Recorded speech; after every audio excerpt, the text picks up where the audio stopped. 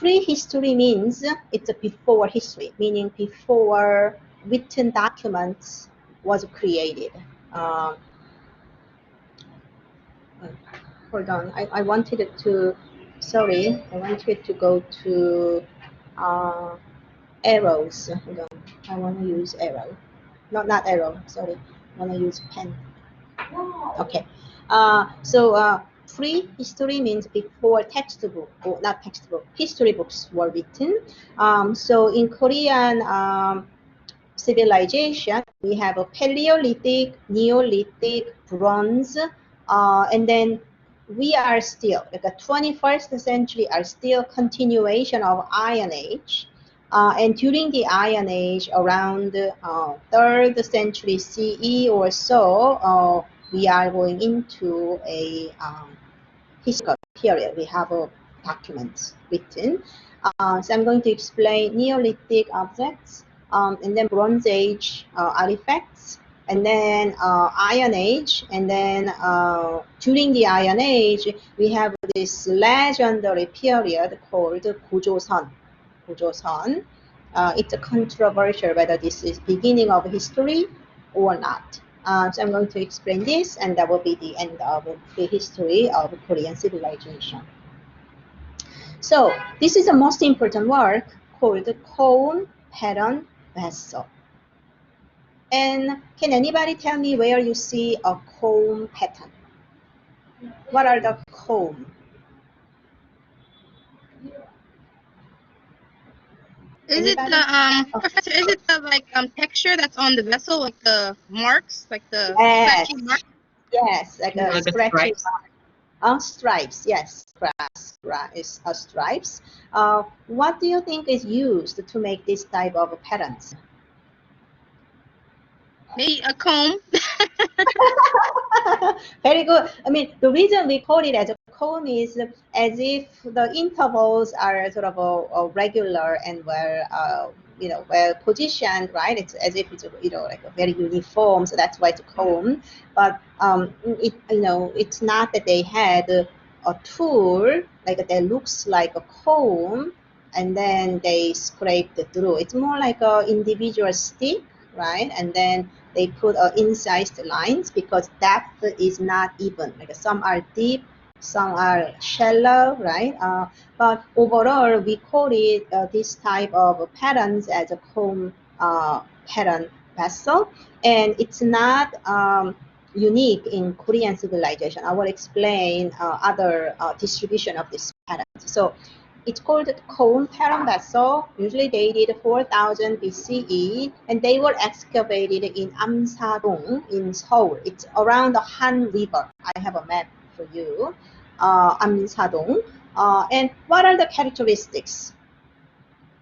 What is unusual? Like, what do you want to comment on? The pattern is not black. It's not black. It's a brown sort of a clay color. And then what else? The bottom is yes. This is where I was getting. Like the most strange part is, I mean, the jar should look like this kind of jar, right? Like at least the bottom is flat, but it is pointed.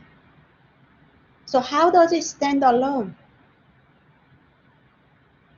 Maybe you dig the hole and put it inside.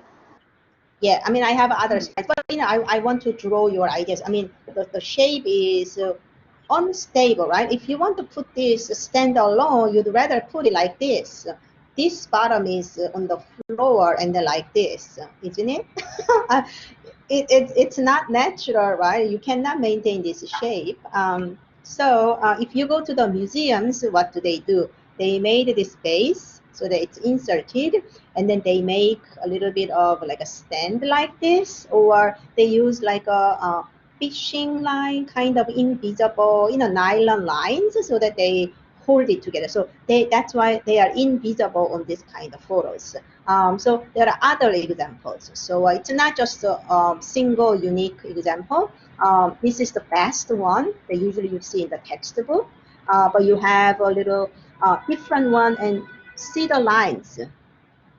These are more like a pointed, right? It's not perforated, but as if they want to put the dots around. It's a little different production, or these are the comb patterns, right? But then instead of doing this diamond or chevron, like a pattern, they make a little bit of zigzag like this, checker, kind of patterns. So they are all around 4,000 BCE. And then some are a little bit blackened out like this. So they were 500 to 600 degrees, means they were baked at a not a high temperature, but durable temperature. And then the Amsadong is here, so near the Han River. So archaeologists excavated that cone patterned jar with a pointed bottom all around Korean peninsula, but usually where did they find? Around the river area. Like these white dots are the main areas where they found a lot of comb pattern jars. It's like usually the river areas. So what then can you conjecture about that pointed bottom comb patterned jar discovered around the river?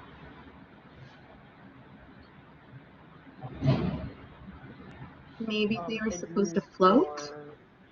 They are supposed to what? Plow? Maybe. Float? Oh, so they are floating on the water. Maybe. That's good, good like a direction in a way. So, people were living along the rivers. This is common for Neolithic civilization. It's not just the Korean civilization. Any Neolithic civilization, they lived mainly around the river. What are the advantages of living around the river? Maybe they Other use than farming? They used what? Farming? Farming, yes. So if you live near the river area, land are usually somewhat fertile, right? And then you have easy access to drinking water. You don't have to walk like 3-4 miles away, right? One danger is river can be inundated. Right? If you have a lot of rain one season, it's inundated, but it also has a good side. If it's inundated one year, then it will bring more fertile land next year. So it brings good crops. The reason that the bottom is pointed is related to their living conditions. So how is the riverbank? What are the conditions of the riverbank?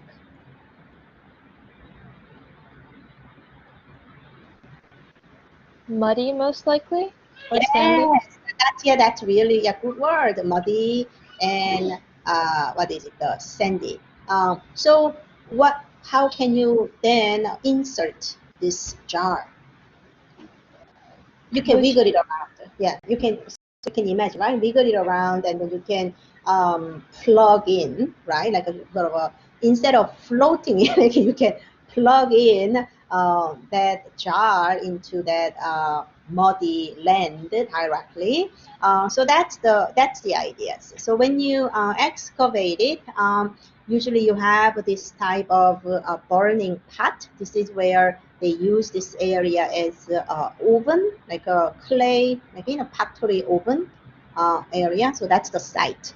So along the riverbank, they built houses, right? And then they use like weeds or other water plants to make the covers.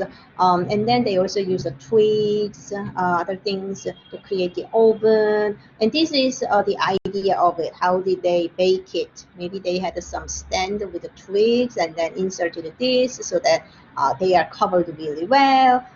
Or it's not certain whether they created like a big oven mound. You can make that covers, like oven cover, so that's not certain. And then another interesting idea is they were using the coiling technique. Do you know the word coiling? So these days we use a pottery wheel, right? Like you spin the pottery wheel with your foot, or now it's electric. You push the button and it automatically goes around. But in the older times, Neolithic period, they probably used coiling. They coiled it and then smoothen the surface. So this way you can have an even thickness. And then using a stick or something, so they put the cone pattern, the shapes. And as I mentioned, this is a more logical way of putting the jars, right? But then once you created it, you can insert it into the muddy or sandy land around you, and then this is how create. But these are just a conjecture. Nothing is proven. So we need more evidence